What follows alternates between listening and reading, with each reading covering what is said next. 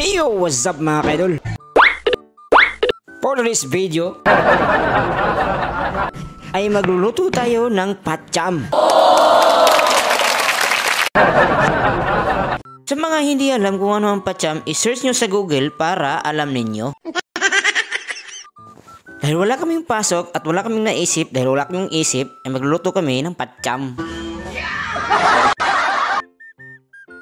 Ang patcham mga kaidol ay isang uri ng pagkain na madali lang lutuin. Ang word na patcham mga kaidol ay hango sa mga OFW na hindi marunong magluto. Noong unang panahon mga kaidol, may isang OFW na nagluluto at tinanong ito ng isang OFW kung ano ang kanyang niluluto. At ngayon ay wala siyang naisip na pangalan kaya tinatawag na lang niya na patcham. Kung walang OFW, walang word na lutong patcham. At para matapos na tayo, hiwa-hiwain na natin ang mga sangkap nito.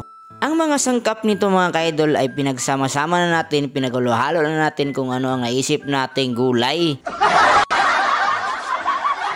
Kaya tinatawag nga itong patcham. Dahil natapos nating kayatin, ay mali pala, gayatin, ay syempre hugasan na natin. Wag mo kong gulatin, Chip. Dahil si Chip ang marunong magluto nito at tayo ay manonood na lang. Ayan mga kaidol, tiniplahan niya yung karne at nilagyan niya ng black pepper. At dito mga kaidol ay natapos na niyang lutuin ang karne, ay pinagalo-halo na niya ang mga gulay at mga ibang sangkap nito. At ngayon ay minimix pala ito para magalo-halo na yung timpla.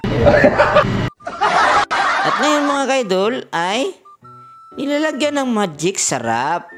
Pangpasarap daw mga kaidol. Chip. Parang naubos na yung madsang magic sarap. Huwag mong ubusin. Sayaw-sayaw si Chip.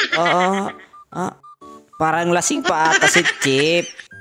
Ang sarap siguro kasi dumilat yung mata ni Chip. Ngayon mga kaidol ay titikman na natin. At syempre, hindi muna tayo kakain kung hindi tayo magdadasal. At ngayon mga kaidol ay tapos na tayo magdadasal. Ayan si Chip. Siya ang unang sumubo para matikman natin. Matikman pala niya.